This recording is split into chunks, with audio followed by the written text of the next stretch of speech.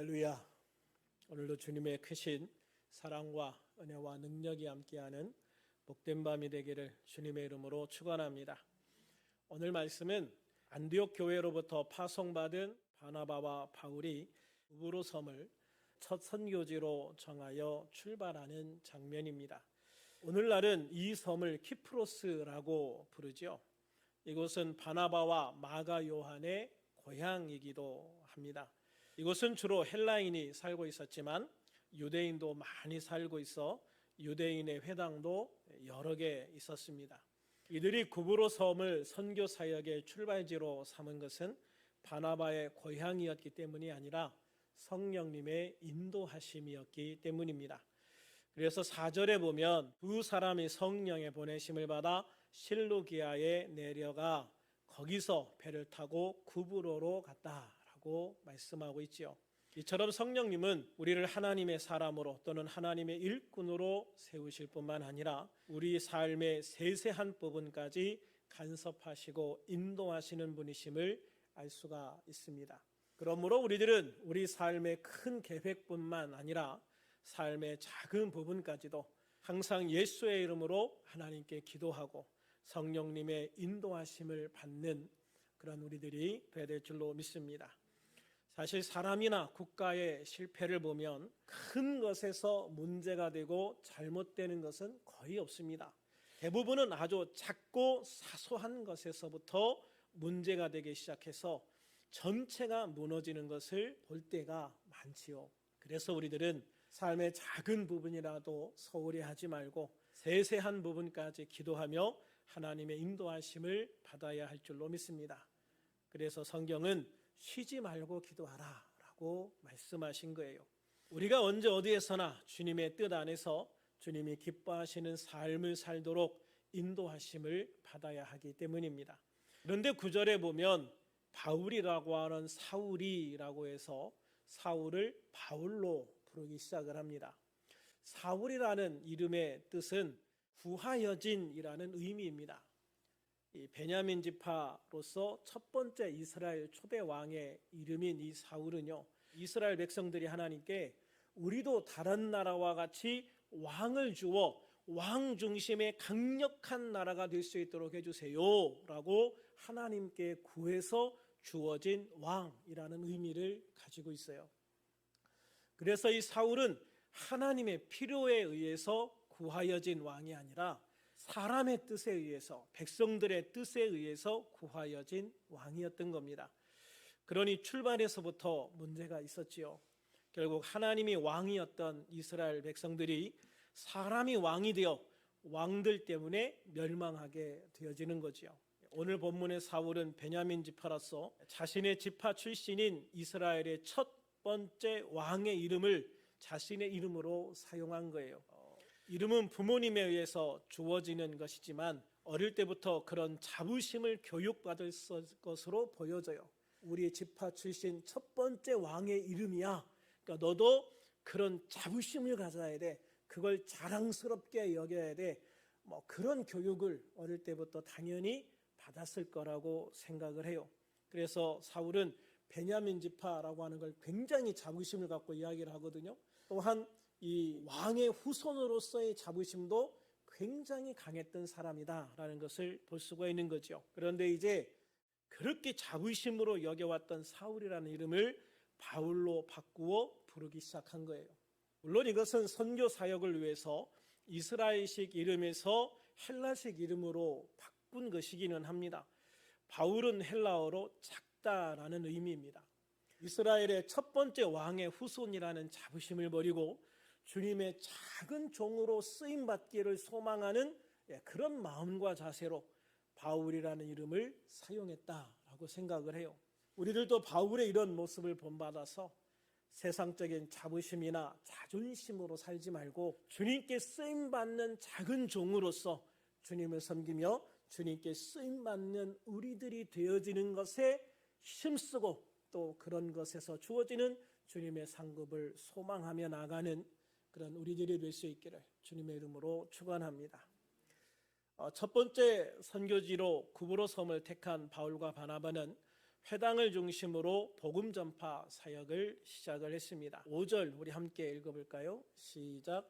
살라미에 이르러 하나님의 말씀을 유대인의 여러 회당에서 전할세 요한을 수행원으로 두었더라. 아멘. 이 살라미라고 하는 곳은 구브로 섬의 동쪽 항구 도시였습니다. 바나바와 바울은 이곳에 도착하자마자 제일 먼저 유대인의 회당으로 직행을 하죠. 이것은 하나님을 전혀 모르는 이방인들보다요, 구약 성경에 대해서 알고 또 메시아에 대해서 알고 있는 유대인을 상대로 복음을 전하는 것이 훨씬 쉽기 때문이에요. 어느 정도 말씀에 기반이 있는 사람이 메시아를 이해하기가 쉬워요. 왜냐하면 유대인들은 메시아 사상으로 철저히 무장하고 있잖아요. 언젠가는 메시아가 온다. 그런데 그 메시아가 누구인 줄 모르는 뿐이에요. 그러니까 바울이 이 구약 성경을 쭉 인용해가지고 바로 이분이 예수님, 이분이 메시아이신 예수님이다 라고 딱 증거를 하면 유대인들이 예수님을 믿게 되어지는 것이죠. 이것은 지금도 이스라엘에 있는 유대인들에게 복음을 전하는 가장 좋은 방법이에요. 그래서 이사야서 53장이나 이런 걸 통해서 이제 유대인들에게 복음을 전하는 거죠. 제가 저번에 그걸 이제 우리 밴드에다가도 한번 그 영상을 올렸던 것 같은데, 신실한 유대교를 믿는 사람은요, 이사야 53장을 아예 읽지를 못하게 해요. 그냥 읽지 않아도 되고 절대 그거는 심각하게 여기지 말고 그냥 넘어가라. 절대 거기에 대해서 랍비가 가르치지도 않고 설교도 안 해요. 그런데 거기에 대해서 궁금증을 가지기 시작하는 사람들이 결국 전도가 되는 거예요. 그래서 어디 가든지 이제 유대인들이 모여있는 회당, 그곳에 제일 먼저 가서 복음을 전했던 것이죠. 그리고 또 바울이 그렇게 회당을 먼저 찾았던 가장 중요한 이유 중에 하나는 자기 민족에 대한 안타까움이에요. 우리 민족, 이 이스라엘 민족, 하나님의 선민으로 지금까지 부르심을 받아서 지금까지 하나님의 이름, 메시아의 소망을 담고 있던 이 민족이 먼저 구원을 받아야 되지 않겠나. 그 자기 민족에 대한 그 뜨거운 열정과 열망을 가지고 있어요. 그래서 바울은 자신의 민족을 먼저 구원하기 위해서 그렇게 욕을 먹으면서도, 그렇게 핍박을 받으면서도 그냥 회당을 찾아다니면서 유대인들에게 복음을 전하려고 힘을 쓰죠. 그리고 나서 이제 이방인들에게 복음을 전하는 거예요. 그리고 하나님께서도, 성령님께서도 그런 바울의 계획을 지지하셔요. 만약에 하나님께서 아니다라고 생각하셨으면 바울의 그런 발걸음을 막으셨겠죠. 근데 하나님은 바울이 회당을 찾아가는 발걸음을 한 번도 막으신 적이 없어요. 왜 그러냐? 하나님께서도 바울이 자기 민족을 먼저 구원하고 싶어하는 그런 열망을 이해하셨고 지지해 주셨기 때문이라고 저는 생각을 해요. 그런데 이런 것이 꼭 이스라엘 민족뿐만이 아니라 우리에게도 똑같이 적용되어지는 거죠.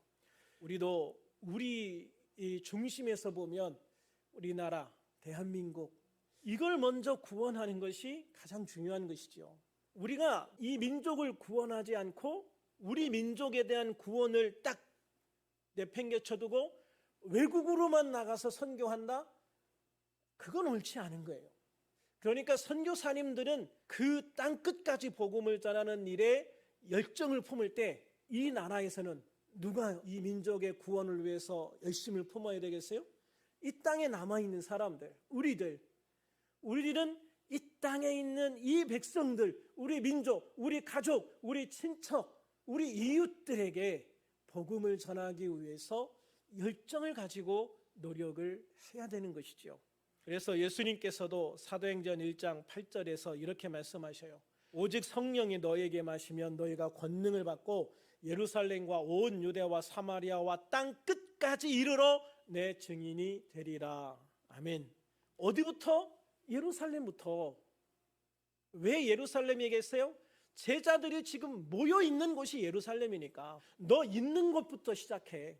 너 있는 곳, 여기에서 너의 동족, 너의 이웃에게부터 복음을 전하고 그 다음에 온 유대, 온 유대라는 것은 사마리아나 이방 민족을 뺀 우리나라로 치면 남한, 북한 빼고 남한 먼저 복음을 전하고 그 다음에 어디? 그 다음에 북한, 사마리아, 북한 땅에 가서 복음을 전하고 그 다음에 어디? 전 세계 땅 끝까지 복음을 전해라 라고 말씀을 하시는 거예요.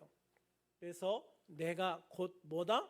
내가 곧 이 땅에 복음을 전하는 전도자요 선교사다. 그래서 나의 말 한마디, 나의 행동 하나가 바로 예수님을 증거하는 바로 그런 증거자로서의 역할을 한다는 것을 늘 기억하고, 내가 있는 곳, 또 내가 다니는 직장, 또 내가 있는 이런 동네, 또 이런 곳에서부터 우리가 주님의 복음을 나누고 전할 수 있도록 힘을 쓰는 우리들이 되어야 될 줄로 믿습니다. 그래서 바울은 언제 어디에서든 먼저 자신의 민족인 유대 민족을 찾아가 복음을 전했던 거예요. 그렇게 핍박을 받고 미움을 받으면서도 때로는 생명의 위협을 받으면서도 자신의 민족을 절대 포기하지 못하는 거죠. 우리들도 언제나 우리들의 민족, 우리들의 나라, 대한민국을 위해서 기도하고 또 한 명이라도 더 전도하려는 열망을 가지고 이 전도자의 사명을 감당할 수 있는 우리들이 되기를 주님의 이름으로 축원합니다. 그리고 이러한 영혼 구원에 대한 열망이 세계로 넘쳐 흘러 세계 선교회도 힘을 쓰는 그런 우리들이 될 수 있기를 주님의 이름으로 축원합니다. 6절에 보면 바울 일행이 바보라는 곳에 와서 유대인의 회당에서 복음을 전하는데 그곳에 바예수라고 하는 유대인 거짓 선지자인 마술사가 있었다라고 하는 거죠.